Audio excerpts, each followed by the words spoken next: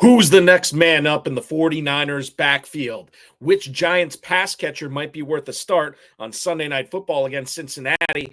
And what do you do with Commanders running backs not named Brian Robinson in Week 6? Plus, the FFPC Main Event fifth-place team owner after Week 5, Nick Zappone, will join us to talk about Tucker Kraft, Kendra Miller, Tank Dell, and a whole lot more. We've got a great show for you. Ferrell Elliott is here. I'm Eric Balkman. Stick around. Your high-stakes fantasy football hour starts now. Can't stand the pressure. I've seen greater men than need a lesson. Broadcast live and heard around the world, you are now watching the most entertaining hour of radio on the planet. Welcome to the High Stakes Fantasy Football Hour presented by myffpc.com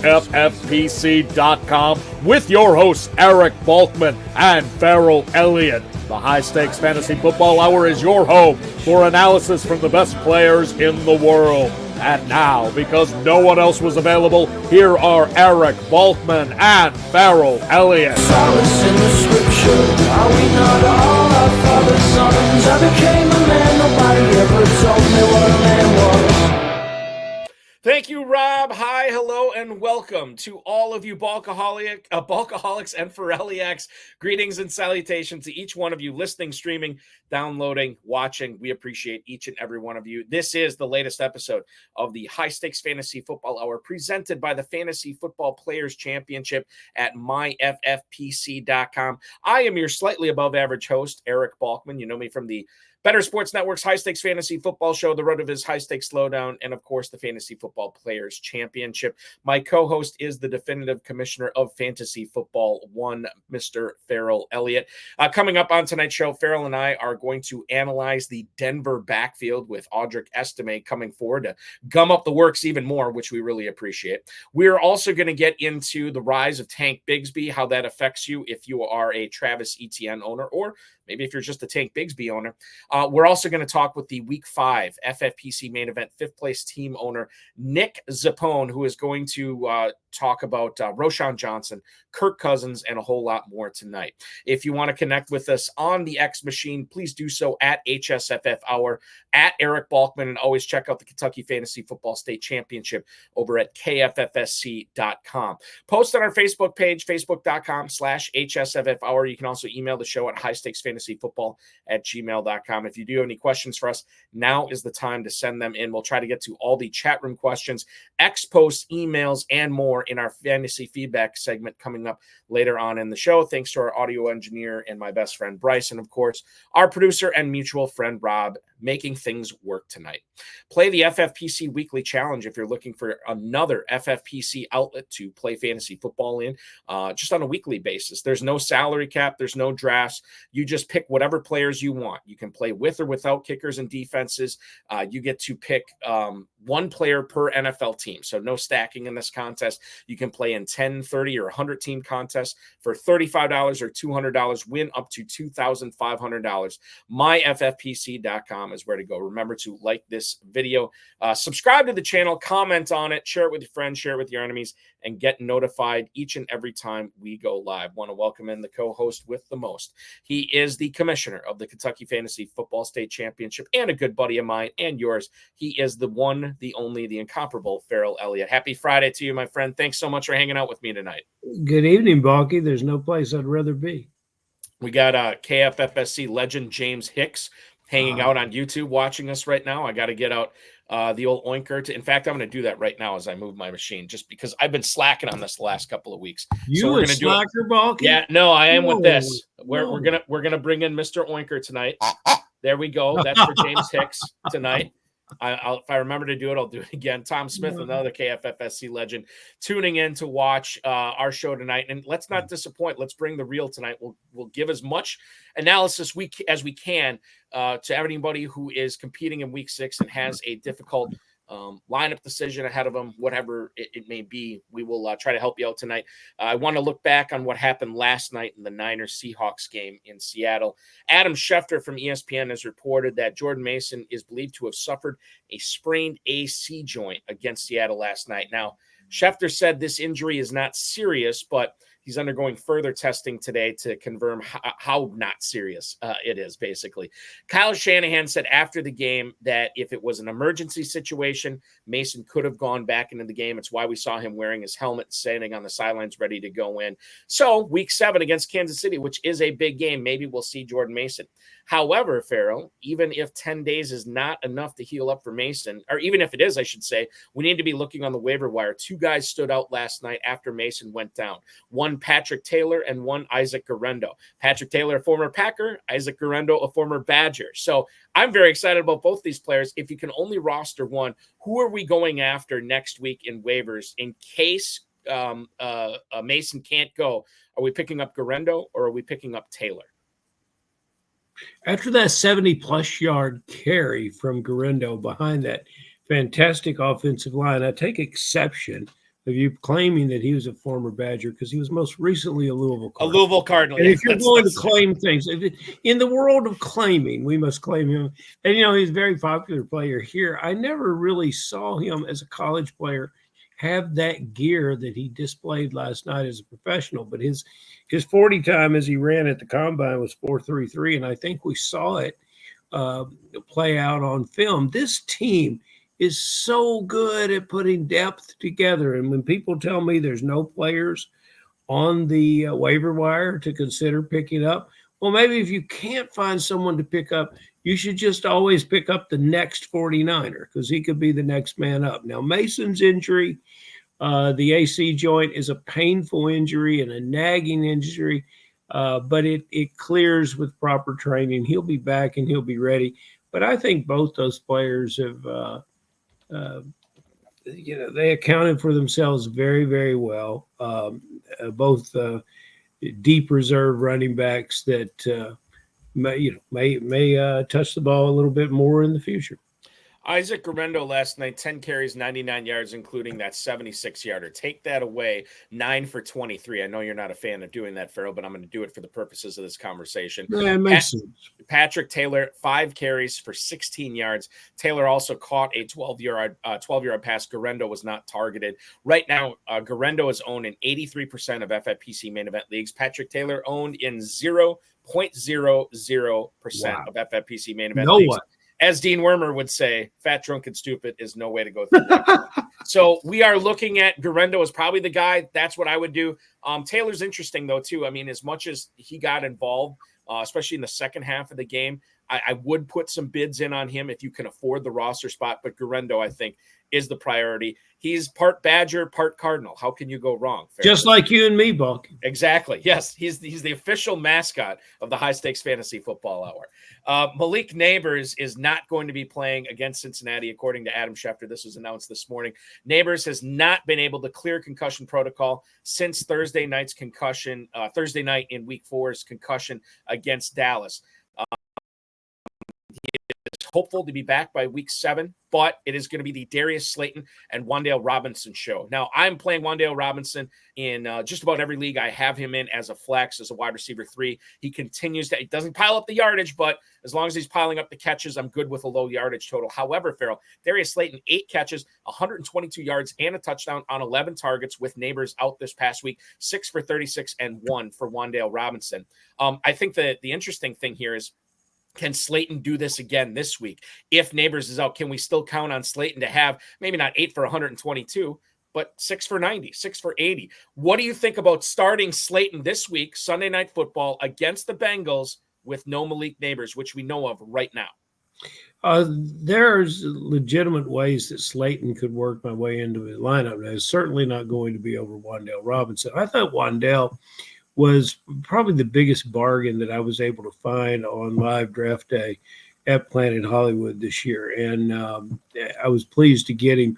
We were too early on Wan'Dale, too aggressive, too early, and people have been bitten by him. And it's a circumstantial situation that existed at the New York Giants with the quarterback's inability to get him the ball, and also Sterling Shepard still hanging around, as well as other receivers. Slayton is an intriguing play. He is a up and down player that, but I think he falls into the mix with Lazard, with maybe a banged up Jacoby Myers. Low double-digit points for Slayton is very possible, but Wandale is my guy in that offense. He's just, I mean, he gets so many targets, and whether Slayton, like I think what Robinson did last week is much more repeatable than Slayton, and that's the way I would lean towards it. If you're, I mean, and it is a desperation type of thing. Like I don't think Darius Slayton, a top 50 wide receiver this week, I think is pushing it. I think he's probably outside of that. So I would lean elsewhere if you can with Slayton. With Robinson, yeah, go with God. I think that this is going to be a good game for him. Permar 99 would take Tolbert over Slayton. I think I would too. 6 for 60 for Slayton with bad weather. I could see that happening too. And Permar 99's name is going to be changed to Captain Obvious 99. Captain Permar 99 has been on Tolbert for a long time, and kudos to him for being early to the party there. Another player that we were too early on the previous year. It's true. That's another good point. Let's stay in that same NFC East, Ferrell. Brian Robinson apparently is going to be a game time decision against the Baltimore Ravens. This is a big game, 1:00 kickoff on Sunday. Robinson did not practice this week. He played through the same knee injury last week. He ended up getting 7 carries for 18 yards and 2 touchdowns. And quite frankly, that's not the ratio you're looking for. If he is out, you're looking at Austin Eckler. You're looking at Jeremy McNichols in the backfield. I can definitely flex out Eckler. Is looking at Jeremy McNichols too cute, Ferrell? This is going to be a high-scoring game between Washington and Baltimore, and there should be plenty to go around in the Commanders' backfield. McNichols, though, I think is a player that I'd like to roster, but I don't know if I'd want to start him this week. Yes, you can start McNichols. This team has identified themselves as a 2-tier running back approach, and when they've needed 2, they've had 3 to fill the 2 spots. So I would not hesitate to start McNichols this weekend. I want to move on to Ramondre Stevenson. The latest we've received on him, Ferrell, is that he is not going to be playing on Sunday. And it's according to Mike Reese's report for, I believe, ESPN, Gerard Mayo said that the injury is not going to be shouldn't be a long-term issue for Stevenson. This is a foot injury. So that's good. But in the meantime, it is New England against Houston this week. Houston is ranking 21st right now in average depth of tackle, which means Gibson should be able to get off the line of scrimmage and get some yards, and then it's on him to break tackles or to make that guy miss. He is going to be the starter, and he's got some pass-catching chops as well. Jermichael Hasty would be the third down back, or at least the change of pace back for New England this weekend. I have zero interest in Jermichael Hasty. In fact, I'm not even really rostering him. Gibson, even Ferrell, he's a flex for me, but not one I'm excited about. We're getting a new quarterback in New England, and that's the other thing. Drake May, this is his first start as well. Well, we're going to need a check down back to get the ball too. So I like Gibson in this role. I think Gibson contributes for fantasy football purposes. No matter what the score in the game, they're going to trust the quarterback's short pass accuracy, and the running back Gibson's going to be part of that. So I like Gibson here. The Jelly of the Month, by the way, on YouTube has a Buffalo running back question. Stay tuned for that, because we're going to be asking our guest Nick Zappone about that exact question between Ray Davis and Ty Johnson. Speaking of Buffalo, Permar 99 says Devontae Adams is going to be a Buffalo Bill. Why not? Who says no? Kansas City, or excuse me, who says no? Buffalo or Las Vegas? Maybe neither one of them. Why not? And Scott Hoyt, you guys trusting Michael Pittman injury plus Anthony Richardson.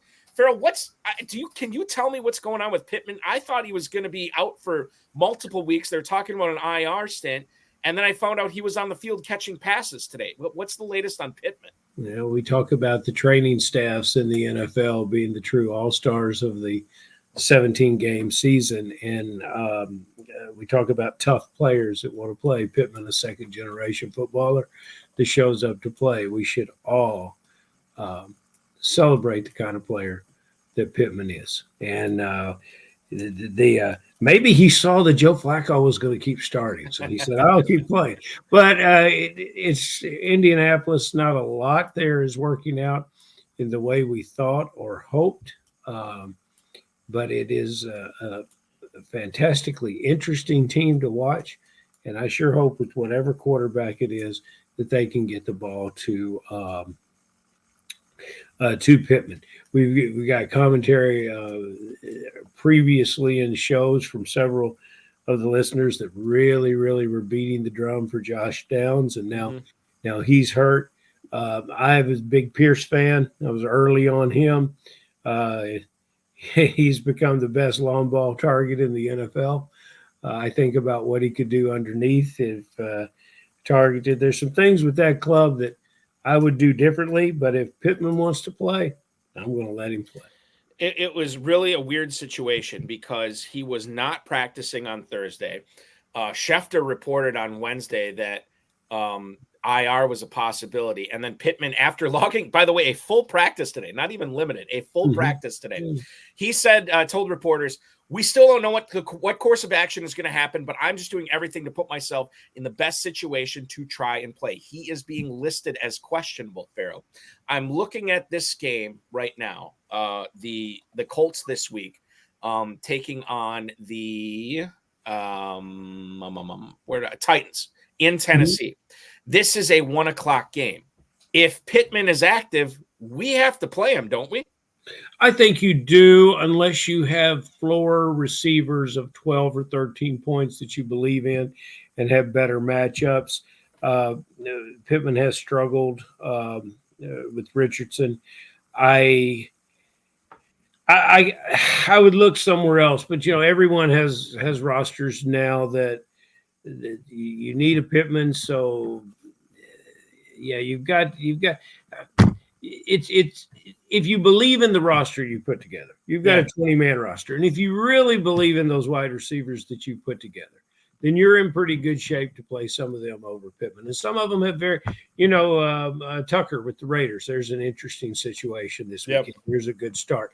What do you do with the receivers, Shaheed down at New Orleans with the new quarterback, Spencer Rattler? There's a lot of question marks that might make you want to say, you know what, Pittman. I'll just play Pittman. Some of those questions we'll be asking our guest tonight to see what he's going to do. And I'm very excited to welcome him in, Ryan, right now, Ferrell. 15 FFPC high-stakes titles under his belt.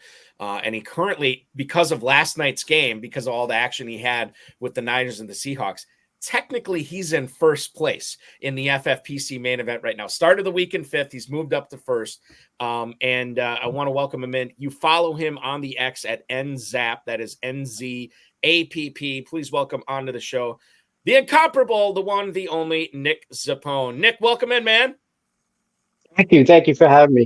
Excited to have you. Excited to have you on tonight. We briefly talked or emailed each other today, and you threatened me. You didn't threaten me, but you let me know that you were wearing your beloved New York Mets hat tonight, as they are onto the NLCS after vanquishing my Milwaukee Brewers, which I think I'm over right now. But my God, the polar bear Pete Alonso just doing Milwaukee dirty, and boy, was that the shot heard around the world at around Citi Field, I should say, because Mets fans had to be going crazy after that 3-run shot in the ninth inning.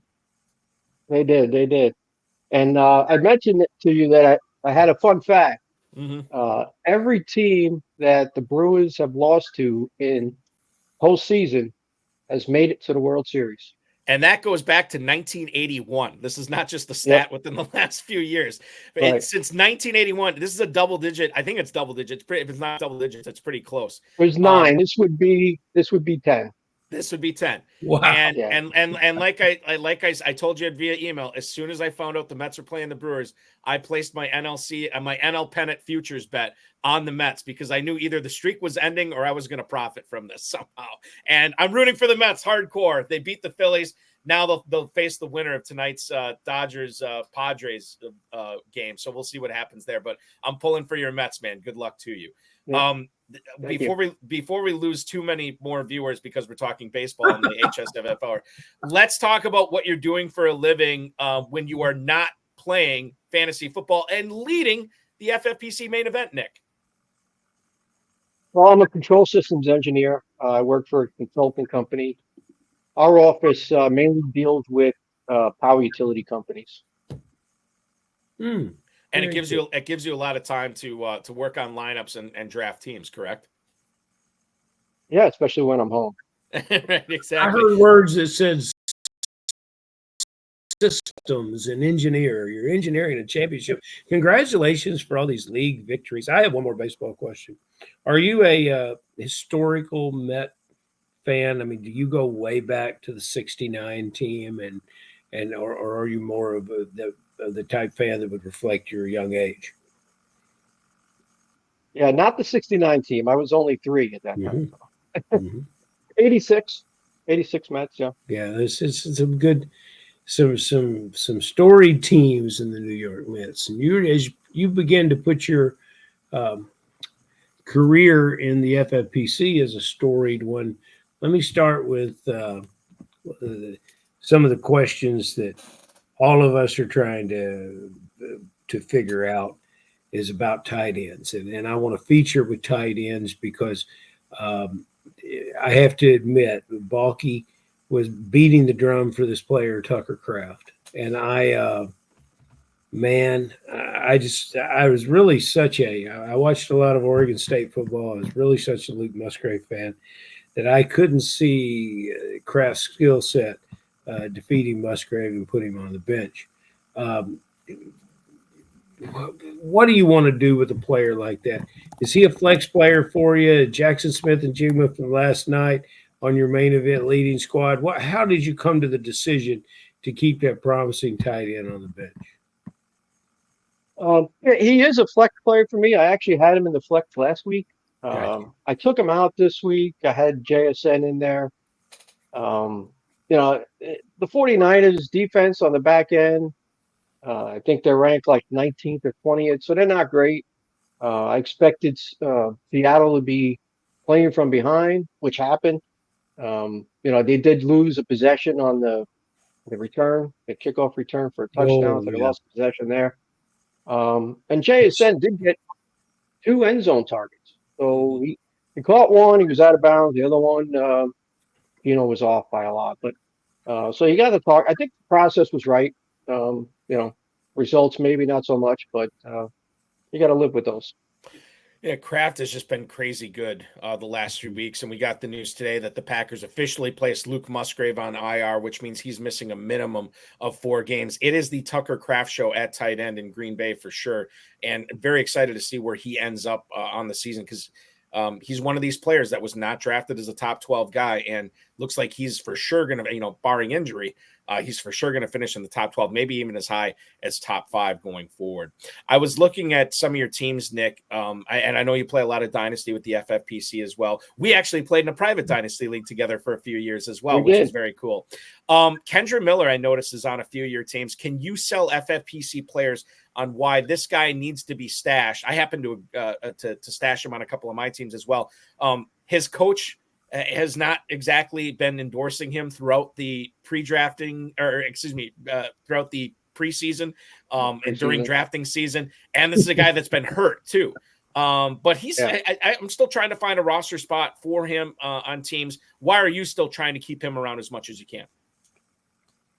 Well, Sam, when we saw what he did in the one game, he was healthy last year. He put up, double-digit points. So, running backs are always one injury away. I mean, Kamara is getting a little older. Who knows if he breaks down at the end of the year? Miller may be somebody you can put in there and be a league winner. So yeah, if I have a spot, I'm going to stash him. You would know, league winner. It's such a tough injury year. When you see players that you have a substantial ownership interest across many of your teams get injured, it hurts in one way. Nico Collins goes to IR, and I don't have Nico Collins as much as I'd like. And I'm probably going to benefit from competing against guys who were relying on Nico Collins. But, man, I hate not seeing Nico Collins on the field. That's a real thrill of watching football. There's other depth in Houston. I assume you're putting Tank Dell everywhere. Talk to me also about what you're doing personally with Tank Dell, and then what your opinion is of Dalton Schultz. Can we ever return Dalton Schultz to a double-digit fantasy scoring tight end in FFPC? Yeah, I'm putting Dell in everywhere I have him. I'm putting him in. I would have probably put him in even if Nico was playing. Nico is one of the guys, though, I missed on this year. I mean, I didn't expect Dell to take over, but I didn't expect Nico to be doing what he's doing either. So I missed on him, but I have Dell in a few places, and he's going to be in my lineup. And it's unfortunate that Nico's out on IR, but it helps the Dell owners. So. As far as Schultz, no, I'm not big on Schultz. Actually, about 10 minutes before this podcast, somebody sent me an offer in a dynasty league for Schultz for a second rounder, and I just rejected it. I'm not big on him. And why is that? Is it just because of the great receivers that Stroud has there, or you're just not a fan of the talent? A little both. I mean, he hasn't really been using Schultz much. Maybe with Nico out, I'll use him a little bit more, but I'm not gonna bet on that until I see it.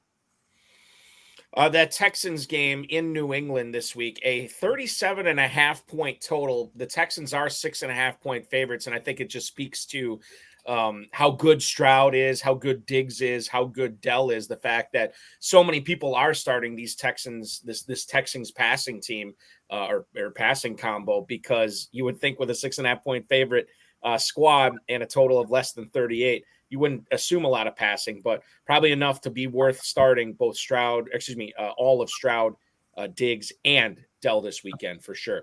Roschon we Johnson. have to see if Mixon comes back. Yeah, and that's the other thing too. And I believe he practiced today. He's listed as questionable. Yeah. If Mixon is active, Nick, does that change what you would do with Tank Dell? No, I'm still putting Dell in there. But they may run a little bit more, but I'm still going to put Dell in my lineup. Sure. I honestly hope Mixon's active because, think about the cluster, if he's not active. We could see the return of Dameon Pierce this weekend. We already saw with both those guys out last weekend that it was a Gunbawale and Cam Akers split, right? I just hope that Mixon comes back for the simple fact of you have Mixon, you play him, and if you have anybody else, you just sit them because you don't want to mess around with a four-headed running back scenario this weekend. Speaking of running backs, let's talk about the Chicago Bears, who are in London to take on the Jaguars, a 9:30 a.m. start from jolly old London town. Is Roschon Johnson a sneaky flex play against that Jaguars defense? He's been getting more and more action. He gets into the end zone last week, and certainly Swift has been doing damage as a pass catcher, but what about Roschon Johnson rushing the football? Would you be able to shoehorn him in any of your FFPC lineups as a flex this week, Nick? Yeah, depending on your lineup. With the injuries and the bye week, you can do worse than Roschon. And actually, I think he's been in the end zone the last 2 weeks. So he is getting the goal line carries. And I would, if I had to put him in, I would put him in. Fantastic. I'm looking this up right now before we move off of Roschon Johnson. I want to bring up that Bears game last week. Chicago was taking on the Carolina Panthers. And granted, yes, I know it was the Panthers. But if you look at that game, Roschon Johnson had 10 carries. Swift had 21. But Roschon Johnson still got double-digit carries, only got 25 rushing yards, but he did get those 2 rushing touchdowns last week. So there is something there. And certainly, again, you talk about the teams that are on bye this week. A lot of people are missing Tyreek Hill, Jalen Waddle, Achane, Mostert, all those guys from Miami. You think about the Kansas Cities that are on bye this week, too, with Hunt and Kelsey and, Juju Smith-Schuster and Xavier Worthy. The Rams, you're not going to be able to put Kyron Williams in there, too. And who's the one team I'm forgetting? Oh, the Vikings. No Aaron Jones, no Justin Jefferson, no Jordan Addison. There's a lot of holes in fantasy lineups this week. Roschon Johnson could be that guy that fixes your lineup in week 6. However, he's not the only one. We just talked about the Panthers. Ferrell, one quarterback has a pretty good matchup against said Panthers this week. Well, yeah, and Balky, there's a chief named Mahomes who's also on bye this He's week. on bye. Guys, it's so tempting for me personally to pull that trigger on Mahomes this year. I just, I love having him on the roster, and it makes for an easy no-brainer start. So that means that the teams that I in planning this bye week, I went shopping for Kirk Cousins as my number 2 quarterback. This is the week I've been waiting for. So it goes without saying that I did not benefit from Kirk Cousins' 40 points that he threw up on the board in one of the night games. Can I benefit from him this week? Can I get 40 against Carolina? Or, hey, I'll be happy with 30. Can I get that? I'm putting him in. Lineups that I have. The only lineup I don't have him in is the one that I have Daniels. I got to start him over Cousins. The only thing you kind of worry about is that they are playing the Panthers, and if they get a big lead, maybe they'll start running the ball the second half. But I think he should definitely get 22, 25 points. I'll live with it. Be a good week for him. Yeah. Some of those scores might be a little better than what Mahomes has been getting. Definitely. And yet they're still undefeated, which is just crazy to me. The Falcons at Carolina this week. Falcons are 6-point favorites. It is a total of 47. So what's that implied total here? You're looking at about 26, 27 points from Atlanta. I'll give you the Sharky guy from that game. And this is like not galaxy brain, but this is next level. Tyler Algier. If you look at what the Falcons have been doing with Bijan Robinson, I don't want to say they've been protecting him, but you're seeing a lot of stuff from him out in space where he can easily get out of bounds before he gets hit. You're seeing Algier getting a lot of the stuff in between the tackles, doing the quote-unquote dirty work, right? And if there is some dirty work to be done this game, as in running the clock, you don't run the clock by bombing it to Mooney or targeting London or getting it to Pitts. And you don't get it to Robinson in space. You get it to Algier, who can just, rub off, 3.5, 4.5 yards a carry. Maybe he gets 15, 20 carries, falls in the end zone. Maybe he gets over 100 yards too. I mean, I think Algier is a nice little flex play in this game against Carolina. I agree with you. Especially if, like you said, they're running the clock out in the fourth quarter up. Algier can be playing a lot in that fourth quarter. Yeah, I'm with you. I'm totally with you on that as well. Now, we had a question. I'm going to modify this question a little bit because we had, I believe, was it CC Inc? I think it was CC Inc in the YouTube chat. He asked earlier about. Oh, my fault here. Sorry. I will get rid of that off the screen. This is what happens when I wait too long to ask a question from the chat. I got to scroll back and get it up on the screen. But this is a question about the Bills. Okay. So we have a situation right now where James Cook may or may not go. I should have looked at the practice reports. I didn't see it today. For the purposes of this question, let's say he's missing because we do have a Sunday morning waiver in the FFPC at 10 a.m. Eastern. Now, Ray Davis is probably taken, but Ty Johnson may not be taken in those leagues, that he might still be available. If Cook can't go, Nick, are you rolling with Ray Davis or are you rolling with Ty Johnson, who might be the pass catcher in that offense if Cook sits this one out? Yeah, and actually Cook did not practice today. I did see the reports for that. He didn't practice. And I would I was going to say neither, but if I had to pick one, I would pick Johnson just because I think he could see some more work in the passing game. I was wrong. It was Jelly of the Month with that question, but yeah, he is. It's a rough week to be Jelly of the Month because he's got 7 guys on bye this week, which is awful. The Bills are. If you have Cook, then you may want to pick up one of those guys just in case. Right, because that's the Monday night game this week too. Yeah. So we'll find out what Cook does tomorrow. That's going to be the most important practice day. But yeah, I would definitely be picky if Davis or Johnson is available and you have James Cook. That is the perfect Braylon. You're not going to be able to pick up Breece Hall or Braylon Allen, which would be your other running back plays on Monday Night Football. You could grab one of those Bills like Curtis Samuel, maybe. No. I'm telling you, Ferrell. No, don't do it, Balky. Don't do it. I'm just saying. Even I'm off the Curtis Samuel train. Right. So not Curtis Samuel. Not Curtis No. Samuel. Dawson Knox is a possibility. I don't think Lazard is out there.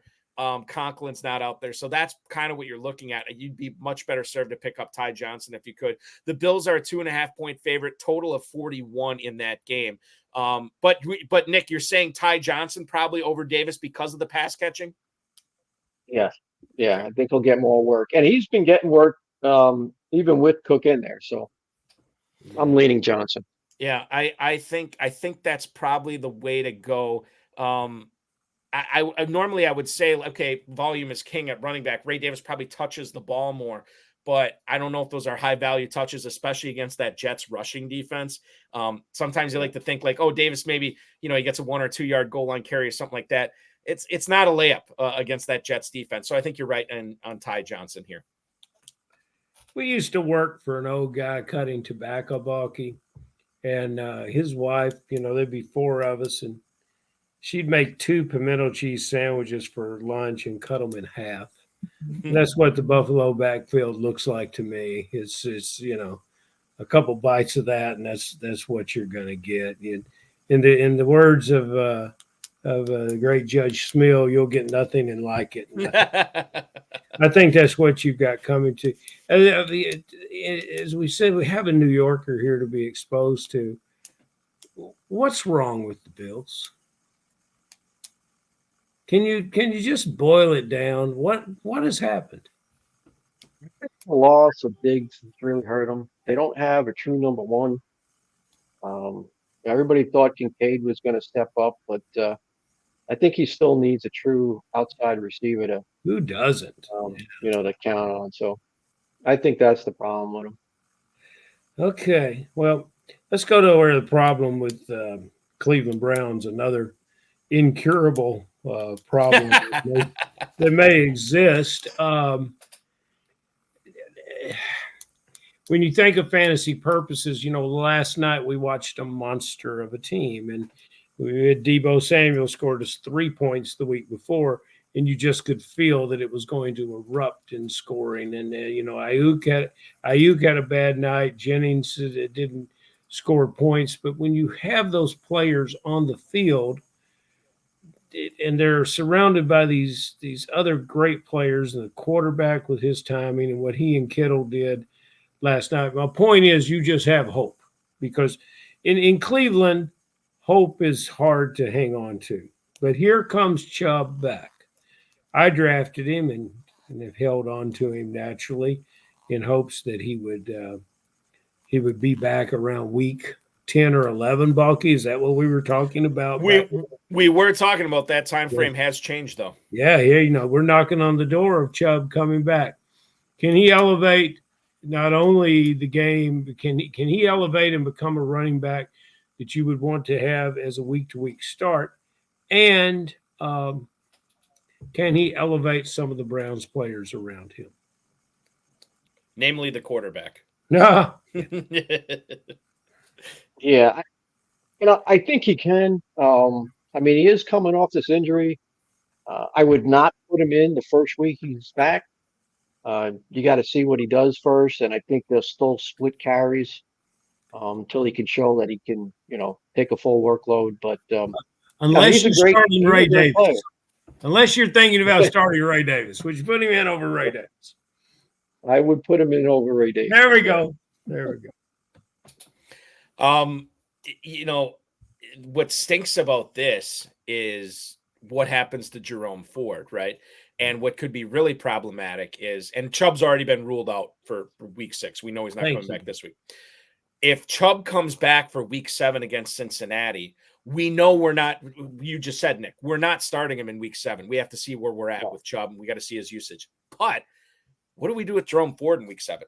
What do we do with Jerome Ford if this is like a part? What if it's a timeshare with Chubb and Ford going forward? Because Ford's done nothing to suggest he can't handle a full workload. He's done nothing not to deserve at least some of the carries, some of the catches out of the backfield going forward. And that's where it becomes a bit of a fantasy quagmire too, because you don't want to start both those guys. And maybe it's just your roster will dictate whether you're going to play Chubb or Ford. But that's what just stinks about Chubb coming back is it really handcuffs what you can do with Jerome Ford, even as a flex going forward here. Let's talk about, emails. Let's get to some emails here. Nick, the first one is Pete in Farmingdale, New York. This is a Ravens question. Here we go. Hey, Nick, which backup Ravens running back is the right one to have? Justice Hill, Keaton Mitchell, or Rasheen Ali behind Derrick Henry? Obviously, Pete in Farmingdale, New York. We appreciate it. Derrick Henry's a beast. We don't want to think about getting hurt, but we do live in reality, Nick, and there's always a possibility of that happening. If that happens, is there one of these guys that you would be willing to trot out there to start? Do they all cannibalize each other and make none of them worthwhile to start? And if that's the case, then none of them are worth rostering if you can't play them. How do you feel about the Ravens running back situation as it pertains to high stakes fantasy football right now? Well, right now you have to go with Hill because the other two guys are still on IR. Keaton Mitchell, I don't think is going to be ready for a while. I think he tore his ACL like in November last year, so I don't think he's going to be ready. If he is, it may be late, week 10, 12, somewhere around there. I think Ali is scheduled to come off soon, but he's a rookie. We really haven't seen much from him. We don't know much about him, so I got to stick with Hill for now. With what's going on with that team, there's certain situations where I could see Justice Hill as a flex. If you've got him as a handcuff, I put him on the field or put him in the lineup with Henry. I could actually see double-digit production from Hill as a pass catcher out of that backfield. I really, really like the player. He didn't do much last week, but the week before he had double digits. He got 6 passes, I think, for 60 yards. So, he definitely makes a good flex play. Hill is an interesting guy when you look at what he's been able to do. Nothing earth-shattering on the ground, right? Has not gotten more than 5 carries in the game, has not topped 35 rushing yards in a game, has not found the end zone rushing. However, he's got 2 games already this year of 6 catches, 52 yards and 78 yards respectively, got in the end zone once in one of those games. So he is really hit or miss. Like, he's had 2 playable games so far this year. But if Henry were to go down, I mean, it's not that he'd be like an every down guy for them, but definitely you want him in your lineup if that were to happen for sure with Justice Hill. By the way, I want to post this in the chat. This is for your benefit, Nick. We have it from Tom Smith. The New York Mets will be facing the Los Angeles Dodgers as they move on to the NLCS. A 2-0 victory at Chavez Ravine tonight as the Dodgers move on in 5 games to face the New York Mets. 24 scoreless innings for the Padres to end their season. Yikes. Those are some cold bats. And it's too bad that your Mets couldn't face those cold bats in the Padres, because I would love to see that from a financial favoritism. A lot of favoritism for the Mets, and Tom Smith's a San Diego resident, so that one has to. I didn't even realize that. Also reporting Derek Greer, a Los Angeles resident, who I had the pleasure of speaking to today, and he informs us that he is currently 72nd with a bullet coming to catch Nick. Dodger fan who plays in Kentucky in the FFPC. So go Dodgers, says Derek. It's that time of year. Do you play fantasy baseball as well? No, I don't. No, it's no, never played it. Well, it's a full-time job.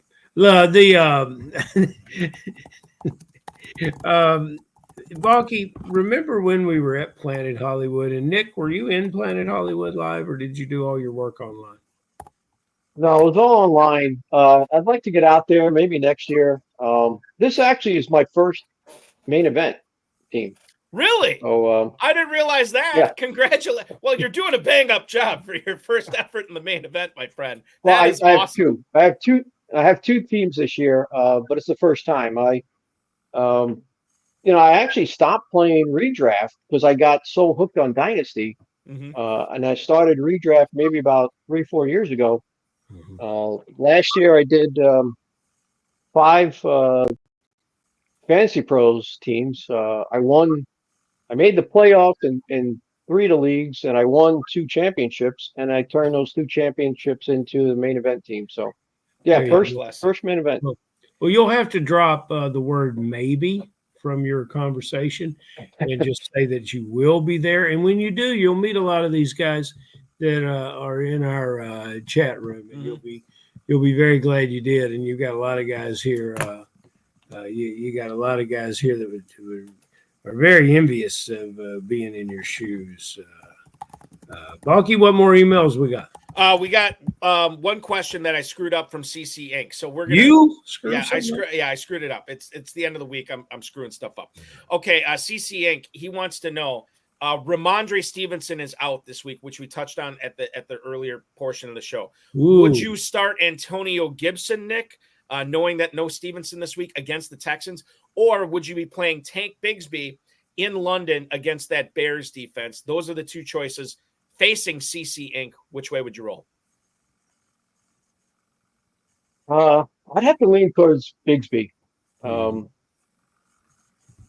still don't. I mean, Gibson has shown some stuff, but Bigsby looked really, really good the last game. And I know the Bears defense is good, but I think they're a lot better on the back end on the pass defense than they are on the rushing defense. So I'm going to go with Bigsby there. I like that assessment too, because I think they want to run in that stadium, in that environment. And the Jaguars are a team that hoped to be a really good team, expected to be a good team, and are looking for answers as to why they're not there. So I think that's a great way to go after it. Man, we talked about a lot of players that we didn't really dream of back in week 1 or 2 talking about.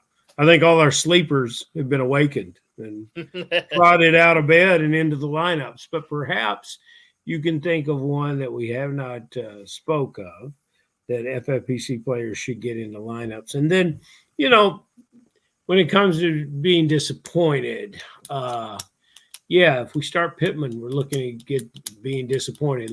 Week we've been rarely disappointed by Deebo Samuel, but he put up 3 points last week. As a public service earlier in the show, Balky reminded us that Breece Hall is not available on the waiver wire, which I appreciated that. You're welcome, America. That's why you watch this show. So were a lot of running backs that put up the same score that Breece Hall put up. So let me ask you this. Who's the big disappointment this week? Who's somebody that it's a no-brainer? You're going to put him in the lineup, really get that crystal ball out, and we'll know that you're a champion of engineering and systems when we look at when we gather here next week and say, Nick told us that this promo player, this fantasy darling, this top 40 draft pick, he was going to lay an egg. Nick knew it. So who are these guys, Nick? So back to that last question about there are about 4 questions in there. Just grab whichever one you want. So the low hanging fruit here is ETN. I'm staying away from him. But I'll give you another one. The other one I'm thinking of is Kincaid. Oh, yeah, for the Bills, because again the Jets are really good in the pass defense. They haven't given up a touchdown to tight ends this year, and and they played Kittle. That first week they had Kittle, and I think Kittle had the best game of any tight end, and I think he was like 4 for 40 or something like that. So barely double-digit points. So I think Kincaid's going to disappoint again.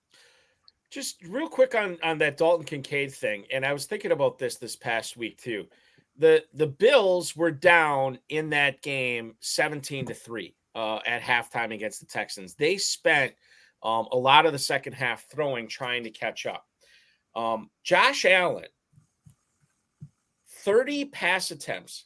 He completed 9 of them. I had to rub my eyes. I didn't think that was, is this Josh Allen or is this, Josh Freeman from the Buccaneers and the Vikings back in the day? It was crazy to see that. So you had to throw to catch back up. He only completes 9 passes. And, oh, by the way, Dalton Kincaid only caught 2 passes that game. he does not have the mark of the number one pass catcher on this team. Maybe he is, but it's not doing anything for him from a fantasy standpoint. So Kincaid is definitely a guy I would be concerned about at this point. To go back to the ETN versus Bigsby conversation, just real quick on this. I know that they said that ETN was dealing with the shoulder injury, and that's why Bigsby was in there.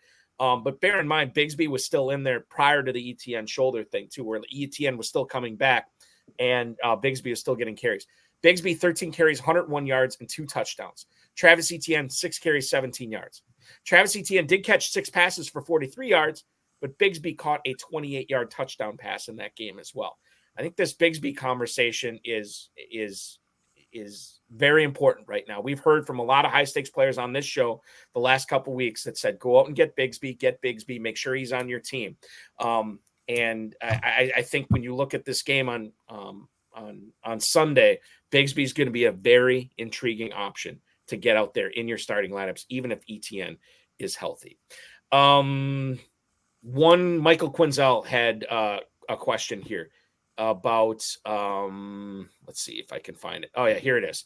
Let's go Mets. Shaheed, he's a Mets fan, obviously too, Nick. Rashid Shaheed or Tank Dell, Fantasy Pros Championship. He sits at 3-2. Ferrell kind of brought up the Shaheed thing before. What do you do with Spencer Rattler throwing him the ball this week? You talked about playing Tank Dell everywhere. Is it just easier to say, hey, I know what quarterback is throwing to Tank Dell. I know it's CJ Stroud. I'm going to play Dell over Shaheed, or is this a more nuanced answer? What do you think? I'm still going with Dell there. Plus, I think Shaheed is dealing with an injury. Yes, yeah. I don't know if he practiced today or not. I'm going to look that up right now. I want to say he didn't. But he is injured or dealing with an injury. So as far as we know, Dell is healthy and he's got Stroud as his quarterback. I'm sticking with Dell. Limited practice. Mike is asking questions he knows the answer to. Right. Come on, Mike, give us a tougher one. Limited practice yesterday and today for Shaheed. However, Dennis Allen did say that he will play against the Tampa Bay Buccaneers, but it's Spencer Rattler. I don't know. Ferrell did. Well, okay. Let me throw this to you first, Nick, because you're a dynasty guy. Spencer Rattler was the first quarterback drafted after all those quarterbacks went in the first round this year's draft. Spencer Rattler was the next quarterback drafted in like round 5 or round 4, whatever it was. Does he 5? 5. Okay, there you go. Does he have enough juice to keep Shaheed and Olave relevant against the Buccaneers this week? Because there's going to be people that are thinking like, God, I'd love to play Olave and Shaheed, but I don't know if I want to with this quarterback. Yeah, and I think, he runs a lot. That's one of the assets he has is running ability. So I'm going to take a wait and see approach with him. I can't start anybody until I see that he can support them. So I think he's a very savvy quarterback, and I liked him a great deal. And I thought the Saints got him a buy, got him a real value. Buying him in the 5th round and using that draft capital. It would be really interesting to see what would happen if Taysom Hill was available and to see how he would be used in this game with Rattler. But I believe in Rattler, but not necessarily this week.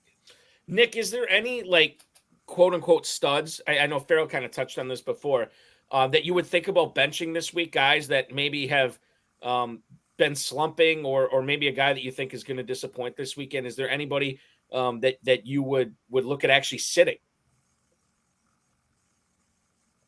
Well, I think we mentioned Kincaid. Yeah. I don't think we actually got to the sleeper question. Oh, go ahead. Go ahead with your sleeper. We're going to give you extra time to find some. Ferrell's of the opinion that most of them are awake right now, but I'm sure you could find a Rip Van Winkle or two for us tonight. Yeah, I got a running back and then a receiver. The running back, I'm going to go with Tracy. I think he looked really, really good last week. I know that Singletary may be coming back. We'll probably get the start, but if I'm the coach, I'm putting in Tracy, at least get him some touches, and he looks more explosive.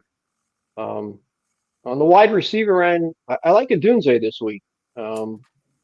Jacksonville, their pass defense isn't very good, and I think Caleb Williams is, starting to, it's starting to slow down for him, and maybe he's getting a little more comfortable out there. He had a good week last week, and so I'm going with the Adunze as a sleeper wide receiver this week. And Bears-Jaguars game is going to be fun. I'm a big fan of the Sunday morning game. So because 11 hours of football is just not enough for me on Sunday. I need 14. And so I get it on Sunday morning this week for sure as well. It's actually, I have season tickets for the Packers, Nick, and I'm actually hoping I can sell them because it's supposed to rain in Lambeau. And I don't know if I want to go party all day there in the rain, although I've done it before. It's not bad. But if I can sit on my couch for 14 hours and watch football all day, man, that is a great Sunday. And it's a great Friday anytime we get to talk to the FFPC main event leader, who happens to be Nick Zappone right now. 5th place heading into week 5. Big night for you last night with Deebo Samuel. Who did you all have last night? You had Deebo Samuel, had George Kittle going last night, right? Well, I had Kenny Walker and then JSN. JSN and Ken Walker. Okay, there you go. So you are in first place. Everybody's chasing you right now. We will continue to follow you on X at NZAP. That's NZAPP. It's right at the bottom of your screen there. Nick, it has been so much fun catching up with you. We miss you in Gridiron Legends. Listen, you got to come back to that league at some point. We'll kick somebody out for you to get you back in that league. It would be tremendous to have you back in. But listen, maybe we can get you on in December or January when you're holding up that big $1 million check. That'd be a fun time to talk with you as well. Good luck the rest of the way. Thank you so much for making us a part of your Friday night, dude. Thank you. Let's go Mets. Go Mets. Go Mets indeed. Let's go Mets. OMG. That is Nick Zappone from the FFPC main event, top of the heap, as he is leading the competition heading into Sunday of this week. Great stuff from him as well. Let's get into a couple of the questions here, Ferrell, from the YouTube chat. Tom Smith, does anyone dare to sit the slumping Breece Hall? Ferrell, not only is this dude slumping right now, but Braylon Allen is getting in there as well. I was listening to the Fantasy Empire podcast, and I can't remember who it was. I think it was Nelson Sousa said, you look at that Jets game on Sunday. Breece Hall touched the ball once in the first 2 series, and then they brought Braylon Allen in for the 3rd series. By the time Breece Hall got back on the field after having 1 touch, it was halfway through the 2nd quarter. I'm worried about Hall because, number 1, of the offense. Number 2, I don't know what to expect with Todd Downing calling plays this week after they had fired Saleh and Nathaniel Hackett's been taken away from his play calling capability. And then the aspect of just not performing up to what we thought. It would take a very unique situation for me to sit Breece Hall, but I don't think I think it's possible that I would look at sitting him this week. Most leagues I would not, but I think it's possible. I think I would play him because I'm asking questions while one of the best defensive coaches in the game gets cut or gets released or gets fired, whatever you want to label it. It might be because their star running back's not carrying the ball. Now, his backup has ran with authority and has been an aggressive player. He looks like he's more than mentally prepared and physically capable. And Balky, when you were one of the first ones to point this out, that with this team, you were talking even about the 3rd team.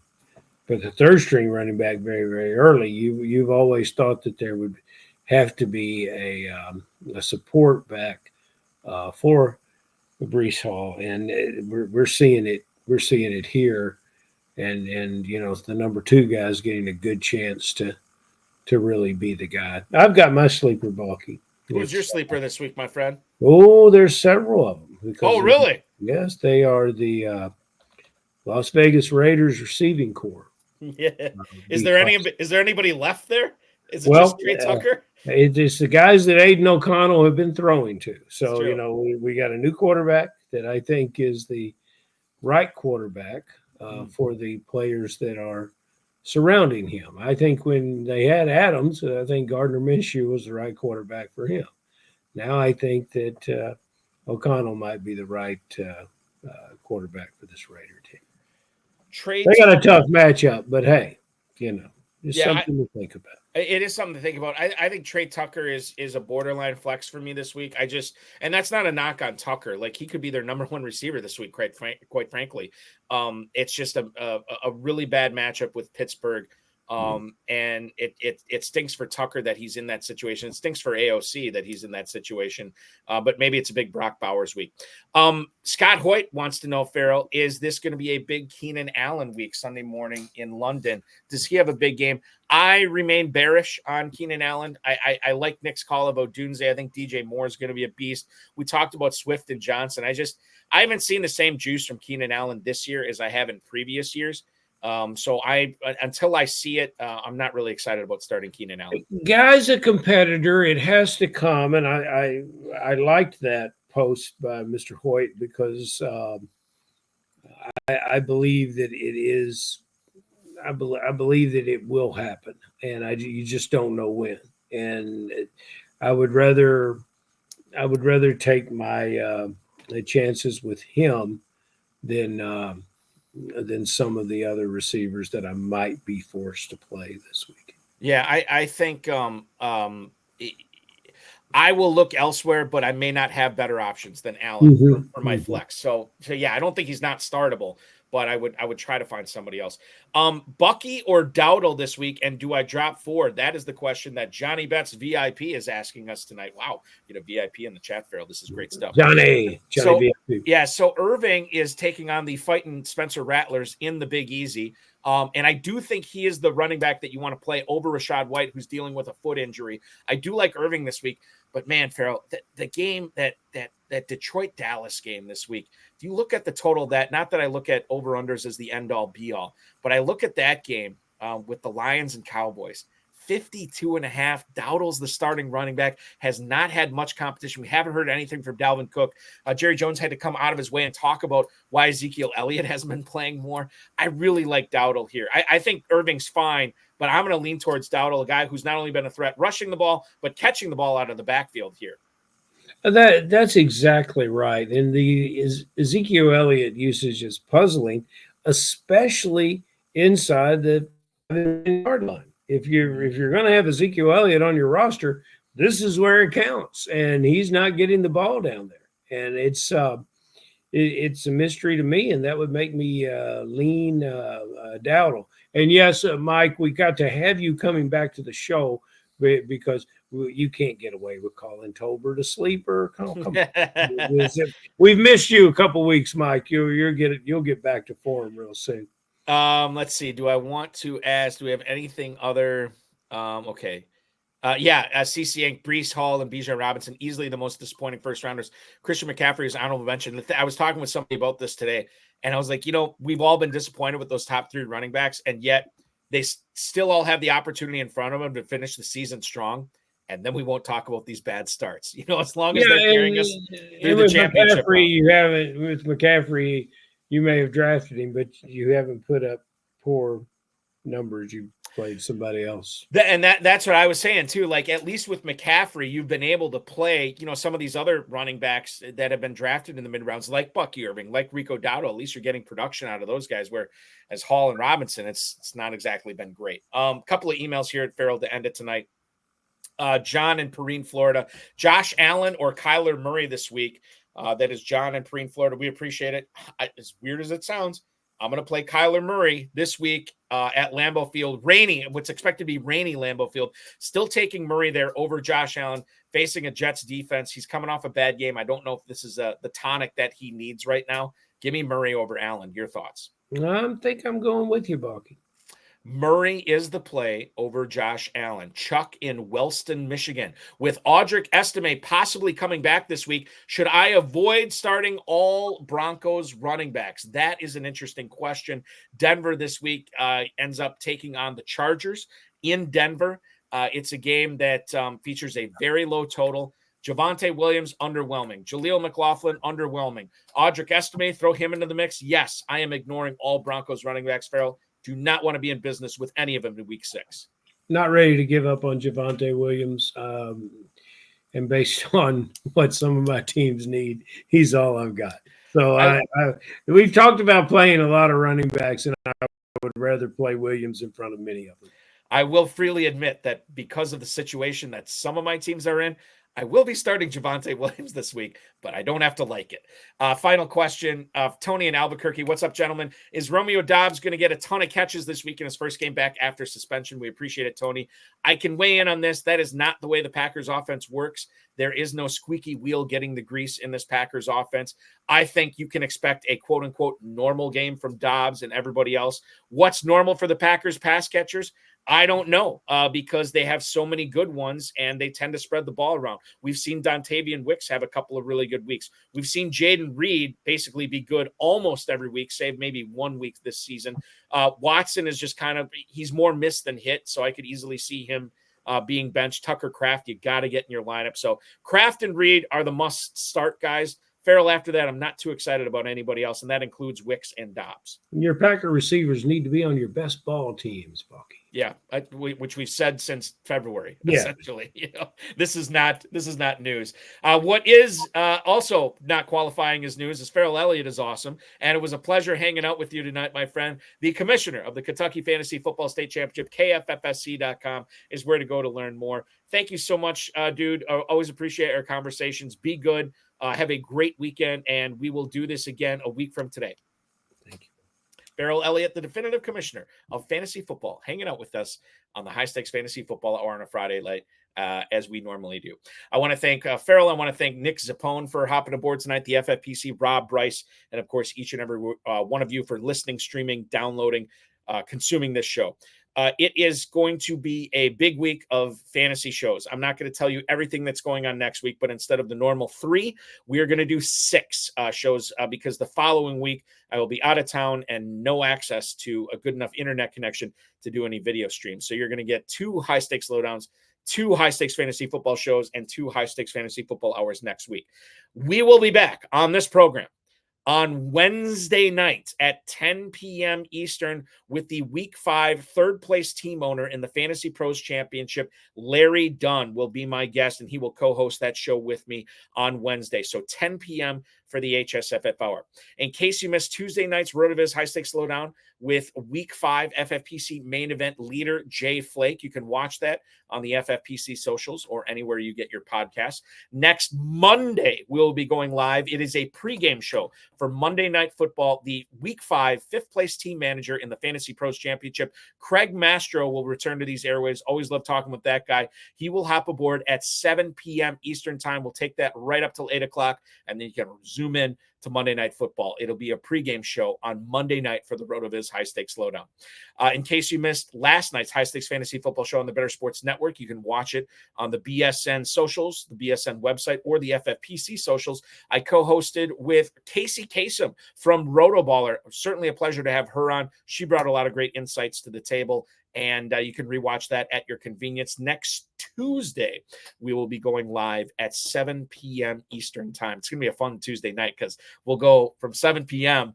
Until 9 p.m. for the Better Sports Network's High Stakes Fantasy Football show, and then we'll do a RotoViz High Stakes Lowdown at 10 p.m. that night. So wall-to-wall fantasy football. Would you have it any other way?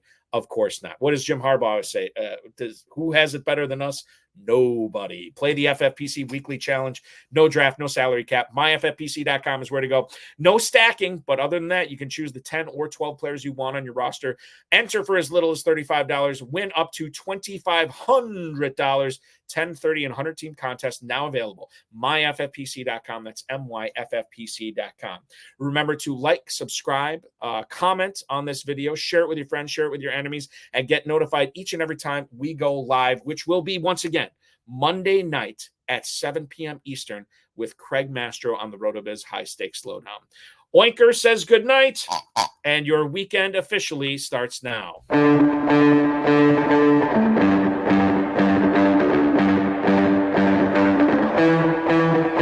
This has been another episode of the High Stakes Fantasy Football Hour presented by MyFFPC.com. It was broadcast live and was watched around the world. Balky and Ferrell will be back next week with more analysis, more interviews, and more advice from guests much smarter than they are. Thanks for watching, and we'll talk with you again next week. Yourself.